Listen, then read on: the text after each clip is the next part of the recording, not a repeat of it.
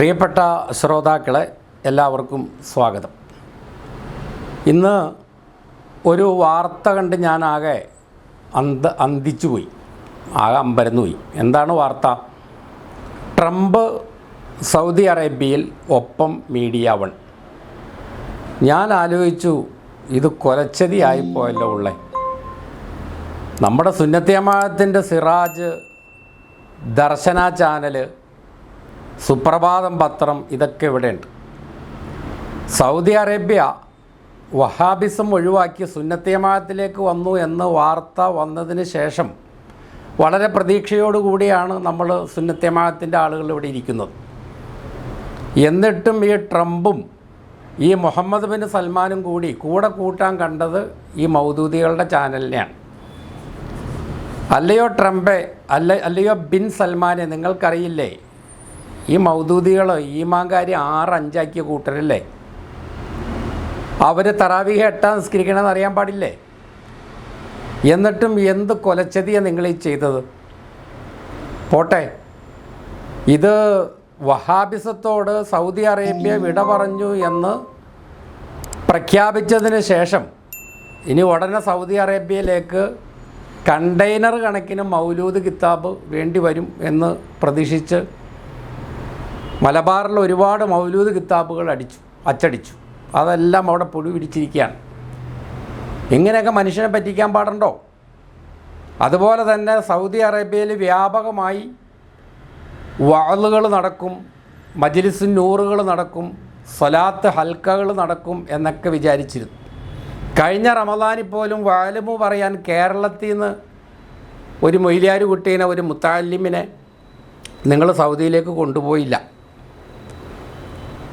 ഈ വേനയ്ക്ക് ഒരു വഅള് ബത്തേലോ അല്ലെങ്കിൽ സിനായിയേലോ ദല്ലേലോ ഒലയ്യേലോ എവിടെയെങ്കിലും നടത്താനുള്ള സന്മനസ് നിങ്ങൾ കാണിച്ചോ?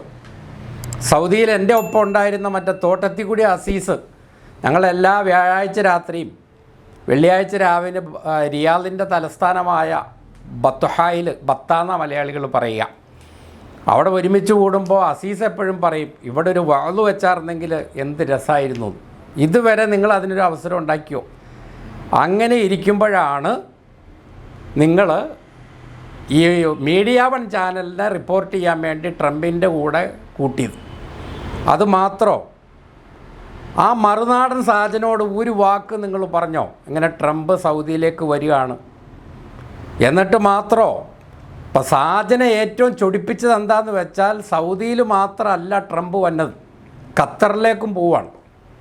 സകല ജിഹാദി രാഷ്ട്രങ്ങളെയും സപ്പോർട്ട് ചെയ്യുന്ന, അവരുമൊക്കെ ആയിട്ട് സൗഹൃദത്തിൽ വർത്തിക്കുന്ന ഒരു രാജ്യമാണ് ഖത്തർ. സൗദിയും അങ്ങനെ തന്നെ. മറുനാടൻ സാജന ഒട്ടും സഹിച്ചിട്ടില്ല. ആ ഖത്തർ ഓശാരമായിട്ട്, സംഭാവനയായിട്ട്, പാരിതോഷികമായിട്ടൊരു വിമാനം ട്രംപിന് കൊടുക്കുകയാണ്. സാജന് നിദ്രാവിഹീനമായ രാവുകളാണിത്.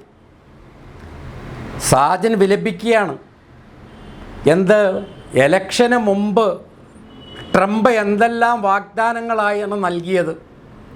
ജിഹാദികളെ, ഇസ്ലാമിക ഭീകരതയെ തുടച്ചു നീക്കുമെന്ന് പ്രചാരണം നടത്തി പ്രലോഭിപ്പിച്ച് വോട്ട് വാങ്ങി അധികാരത്തിൽ വന്ന ട്രംപ് ഇപ്പോൾ ഖത്തറിൽ വന്ന് ജിഹാദികളുടെ വിമാനം ഓശാരമായി, സംഭാവനയായി, പാരിതോഷികമായി വാങ്ങിച്ച് അതും മേടിച്ചുകൊണ്ട് അങ്ങ് പോവാണ്. സാജൻ്റെ ധാർമ്മിക രോഷം പിന്നെ അടക്കാൻ കഴിയുമോ? മറുനാടൻ സാജൻ ചോദിക്കണം എന്താണെന്നറിയാവോ? ട്രംപേ, നീ ഈ കാണിക്കണത് കടുത്ത അനീതിയല്ലേ, കടുത്ത അഴിമതിയല്ലേ? നിൻ്റെ വ്യക്തിപരമായിട്ടുള്ള കച്ചവട താല്പര്യങ്ങൾക്ക് വേണ്ടിയിട്ടല്ലേ നീ ജിഹാദികളുമായിട്ട് ട്രംപേ നീ കൈ കോർക്കുന്നത്? ഇത് നിനക്ക് ചെയ്യാൻ കൊള്ളാവോ എന്നൊക്കെയാണ്.